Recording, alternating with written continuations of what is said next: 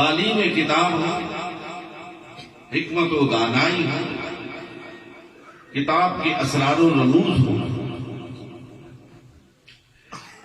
ایک اکیلی ذات تھی جو ان تمام مقاصد کو بدرجہ کمال ادا فرما رہی تھی. ایک ذات تھی، لیکن بعد میں آنے والے حالات میں کوئی ایک شخص، کوئی ایک ہستی، کوئی ایک ذات اس پورے کام کو سر انجام نہیں دے سکتی.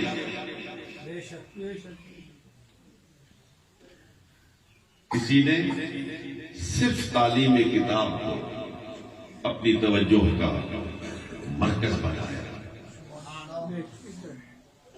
کوئی مسند تفسیر پر بیٹھ گیا، کوئی مسند حدیث پر بیٹھ گیا، کسی نے منبر و محراب کو زینت بخشی، تو کوئی عمارت اسی پر متمکن ہو گیا. سب نے مل کر مقاصد بیسر کو اپنے اپنے انداز میں پورا کرنے کی کوشش کی. اور ایک طبقہ وہ تھا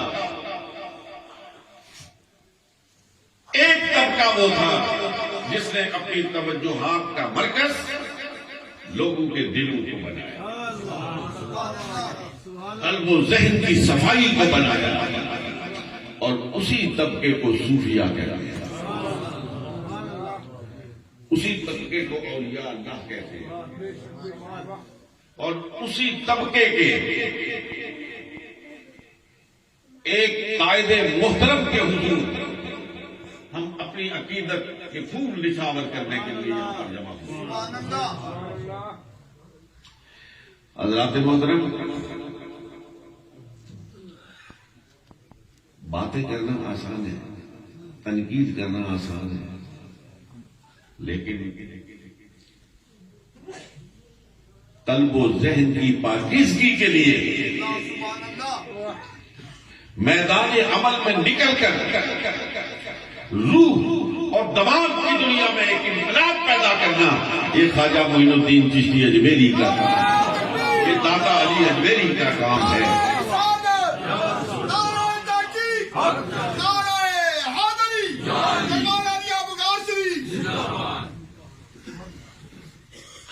انہوں نے نبی کریم صلی اللہ علیہ وسلم نے کلمہ پڑھایا، لا الہ الا اللہ، لا الہ الا اللہ. جس نے بھی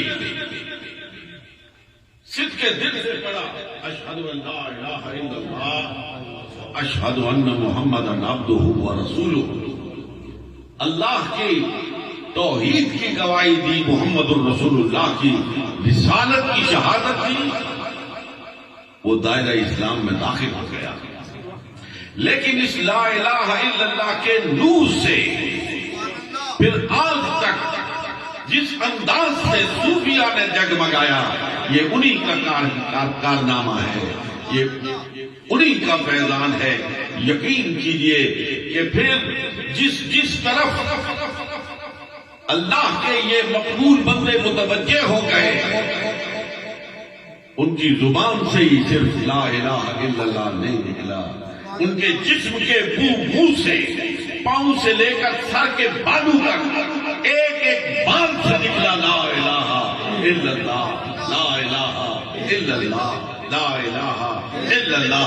اور میں پورے آہنگ کے ساتھ یہ کہتا ہوں کہ یہ زندہ رہے تو ان کے جسم کا بال بال لا الہ الا اللہ کہتا رہا، اور جب اس دنیا سے رخصت ہو گئے تو کان سننے والے ہوں تو آج بھی سنتے ہیں کہ ان کی قبروں پر پڑے ہوئے ریت کے ذرے بھی کہتے ہیں لا الہ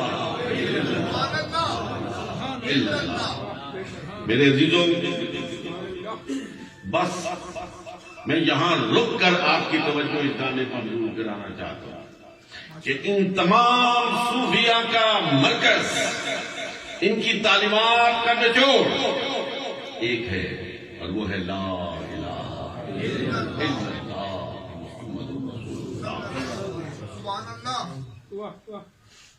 آپ کسی بھی یہاں نقشبندیوں کی اکثریت بیٹھی ہے، سارے سلسلے ایک ہی جیسے ہیں، سب ایک ہی گھاٹ سے پانی پی لیتے ہیں، چاہے وہ چشتی ہوں، قادری ہوں، سہروردی ہوں، یہ ایک ہی آب زلال پہ جاتے ہیں، وہیں سے پانی پیتے ہیں، اور وہ گھاٹ جناب محمد رسول اللہ صلی اللہ علیہ وسلم کا ہے، ایک ہی دروازے پر جانے والے سارے لوگ ہیں، اور ان سب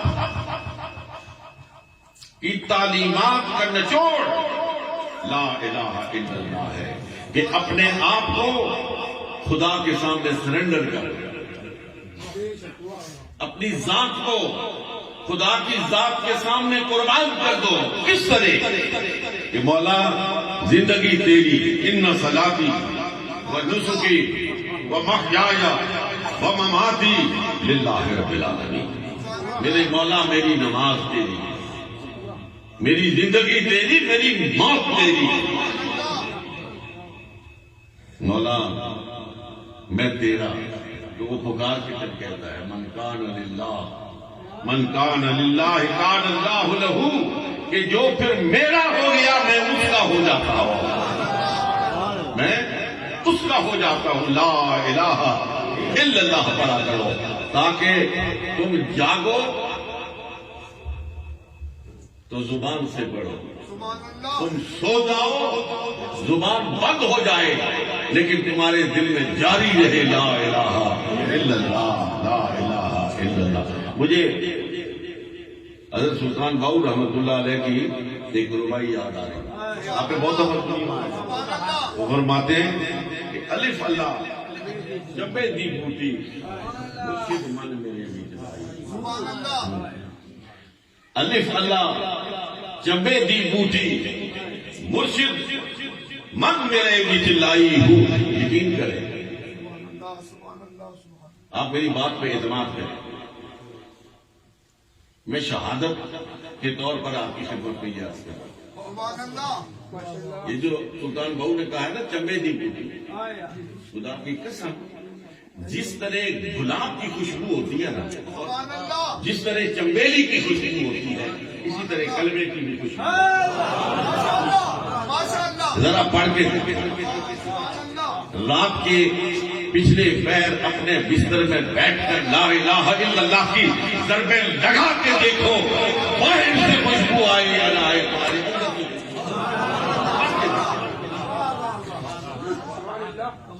فرماتے الف اللہ جمبے دی بوٹی مرشد من میرے وچ لائی ہوں، نفی اس بات کا پانی ملو، زبردست بات ہے، نفی اس بات کا پانی ملو، ہر لگے ہر جائی ہوں۔ جس طرح پودے کو آپ پانی دیتے تو پھر وہ نمو پکڑتا ہے، پھر وہ پروان چڑھتا ہے، کہتے ہیں لا الہ الا اللہ کی بوٹی، اس کا پانی کیا ہے؟ نفی ہے، اس بات ہے، نفی کس بات کی ہے؟ ہر چیز کی۔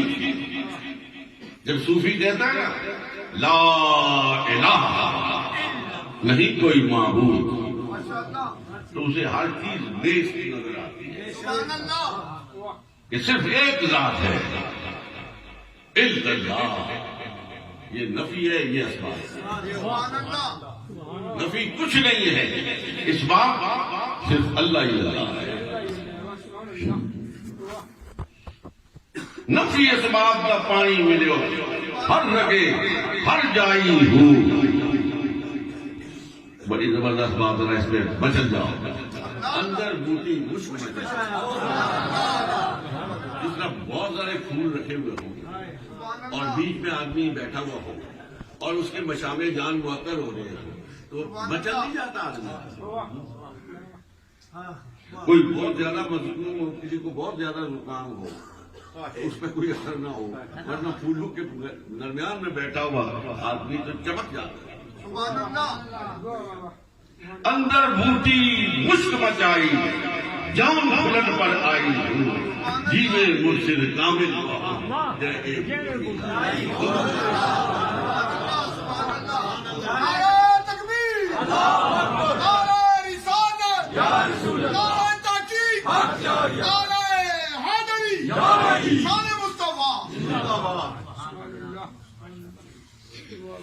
اور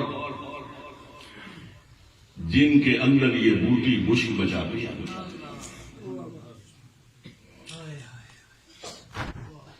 جن کے اندر مرشدین کاملین یہ بوٹی لگا دیتے ہیں، یقین کیجیے وہ بیٹھے فرش پر ہوتے ہیں، مزے عرش کے لیے۔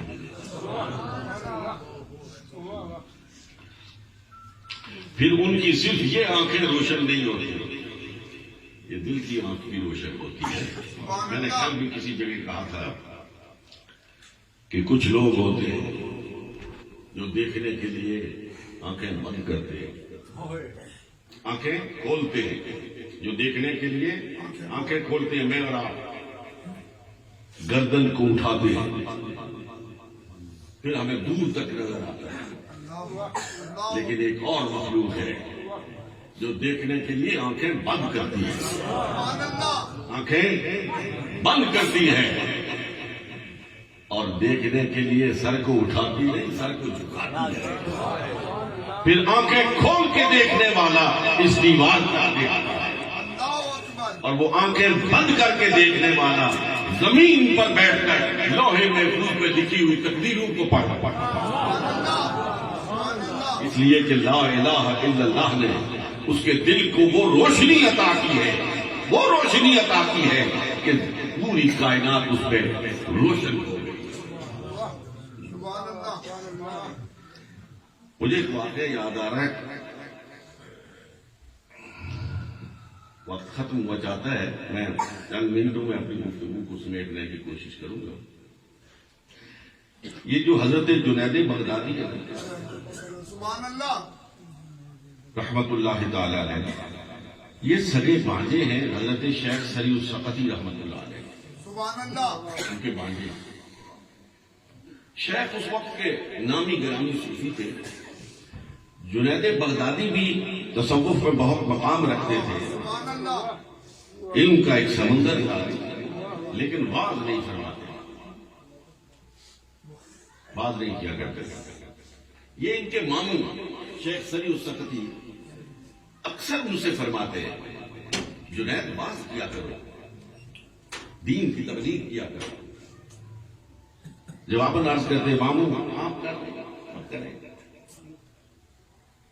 ایک دن اپنے گھر میں تھے، رات کی تاریکی تھی، سو کا عالم تھا، سو کا عالم تھا، ساری دنیا سوئی تھی، اور جنید بغدادی کی قسمت رنگ لا رہی تھی۔ سرکار علیہ السلام خواب میں تشریف لے آئے، آپ نے تشریف لائے اور فرمایا جنید باز کیا کر، ذرا تھوڑا سا اس پہ توجہ دے نا تو مزہ آئے گا۔ جنید بغدادی کی آنکھ کھلی، جذب کی کیفیت طاری ہو گئی، سرکار خود حکم دینے کے لیے تشریف لے آئے۔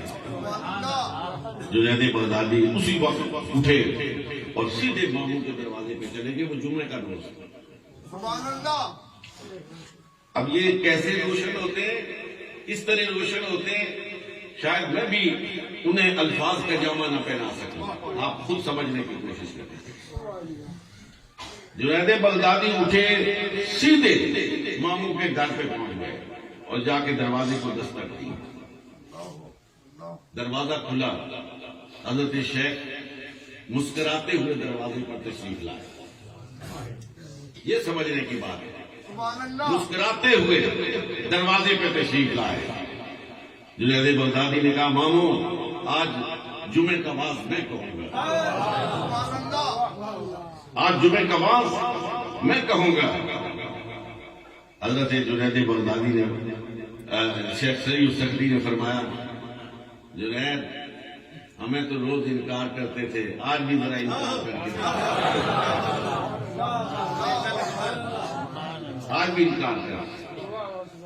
شہر میں بغداد میں ڈھنڈورا پیٹا گیا کہ آج مرکزی جامع مسجد میں وقت کا بہت بڑا صوفی حضرت جنید بغدادی جمعہ کا خطبہ دے رہے،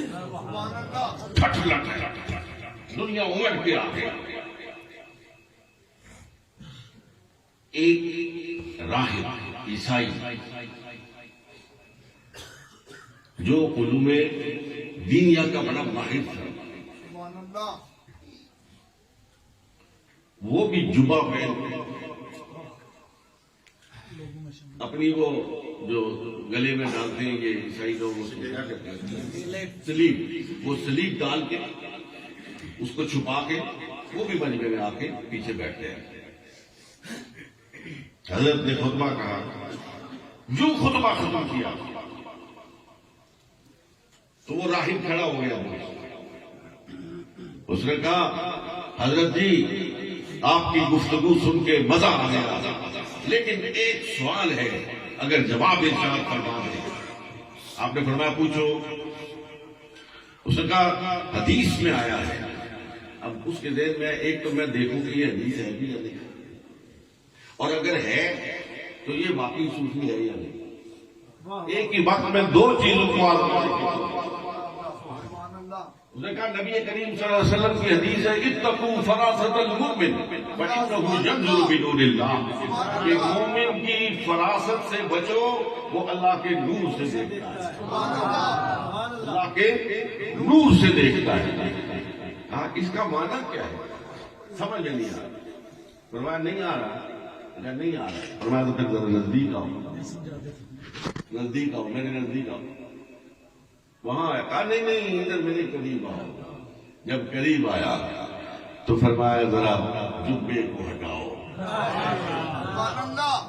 اور اس سلیب کو توڑو، اور تمہارے ایمان لانے کا وقت آ گیا ہے، میرے ہاتھ میں ہاتھ دو اور پڑھو اشہد ان لا الہ الا اللہ و اشہد ان محمدن عبدہ و رسولہ۔ اس کو کہتے ہیں اتقوا فراست المؤمن فإنہ ينظر بنور اللہ۔ یہ جو لا الہ الا اللہ کی ضرب لگا کے خدا کے ہو جاتے، اللہ کے ہو جاتے ہیں، پھر یقین کیجئے اللہ ان سے اتنی محبت کرتا ہے، اتنی محبت کرتا ہے، اس کا تصور بھی میں اور آپ نہیں کر سکتے۔ ایک ایسی چھوٹی سی بات میرے ذہن میں آئی ہے، آپ کی نظر کرتا ہوں، بات کو ختم کرتا ہوں۔ ایک دفعہ ایسا ایک بیوی میاں سفر پہ جا رہے، راستے میں ایک مزدور فقیر، اس نے آگ جلائی ہوئی تھی، لکڑیاں اکٹھی کی ہوئی تھی، سردی کا موسم تھا، شدید سردی تھی، بیٹھا ہوا آگ تاپ رہا تھا۔ وہ آپس میں باتیں کرتے ہوئے جا رہے، بے خیالی میں اس کے پاؤں کو ٹھوکر لگی اس عورت کو، اور وہاں سے ایک لکڑی یوں اوپر ہوئی اور اس کی ادھر ماتھے پہ آ کے لگی اور یہاں سے خون نکل آیا۔ اس کے خاوند کو بہت غصہ آ گیا، اس نے فوراً وہاں سے وہ لکڑی اٹھائی اور وہ درویش، وہ مجذوب جو آگ تاپ رہا تھا، اس کے سر پہ دے ماری۔ اس کے سر سے بھی خون نکل آیا، لیکن اس نے پیچھے مڑ کے دیکھا ہی نہیں کہ کیوں مارا، کس نے مارا، مار کے کدھر چلا گیا، بس جیسے بیٹھا بیٹھا بیٹھا بیٹھا۔ یہ گھر چلے گئے اور گھر جا کے اپنے کام کاج میں مصروف ہو گئے۔ اندر بیٹھے تو اچانک مکان کا ایک شیطان ٹوٹا اور اس شخص کو اسی جگہ آ کے لگا جہاں اس درویش کو مار کے آیا۔ اگلی بات سنیے، جھوم جائے۔ بیوی بڑی سمجھدار تھی، اس نے کہا دیکھو تم نے اس شخص کے ساتھ، اس فقیر کے ساتھ زیادتی کی ہے، میں تو اپنی بے خیالی میں تھی، اپنی غلطی سے ٹھوکر لگی اور وہ لکڑی میرے سر پہ لگی اور خون نکلا، اس میں اس کا کیا قصور تھا؟ تم نے اس کا سر پاڑ دیا، اللہ ناراض ہے، چلو واپس چل کے اس سے معافی مانگتے، کہیں کوئی اور عذاب نازل نہ ہو جائے، دونوں آ جائے۔ اب وہ بیٹھا ہوا ہے اسی طرح جا کے پیچھے بیٹھے، کہنے لگے اگر جی معاف کر دو۔ وہ پیچھے ہی نہ مڑ کے دیکھے، جب بہت زیادہ ہوا تو اس پیچھے مڑ کے کہا کیا بات کیا ہے؟ نے کہا حضرت جی معاف کر دو. کیوں کیا غلط؟ کہا ہم دعائیں دینے والے ہیں، بد دعائیں دینے والے ہیں. ہم کسی کو بد دعا نہیں دیتے، ہم دعا دینے والے ہیں. تم نے مانا، فوراً میرے ذہن میں آیا کہ واہ میرے مولا، تو نے اپنے بندے کو اس بندے سے مروا دیا. بس یہ خیال ہے، کچھ بھی نہیں، اور میں نے کوئی بد دعا نہیں. اب ان کو تو لگی ہوئی تھی، انہوں پاؤں پکڑ لیا اور منتیں کرنے لگے معاف کر دو. اب بابے نے جو بات کہی نا، یہ اس ساری گفتگو کا نچوڑ ہے جو میں آپ کی خدمت میں عرض کر چکا ہوں. بابے نے کہا اچھا تم یہ بتاؤ کہ جب اس کے سر پہ زخم آیا تھا تیری بیوی کے، تو اس نے تجھے کہا تھا اسے مارو؟ تم نے کہا تھا؟ اس نے کہا جی نہیں. اس نے کہا یہ تمہیں اچھی لگتی ہے، تمہاری بیوی تمہیں اچھی لگتی ہے، اس کے سر پہ چوٹ لگی، تجھ سے برداشت نہیں ہوا، تو نے میرا سر پھاڑ دیا. یار ہم بھی تو کسی کو اچھے لگتے ہیں، ہم بھی تو کسی کو اچھے لگتے ہیں، اسے کہنے کی ضرورت نہیں پڑتی، ہمارے بدلے وہ خود ہی نہیں.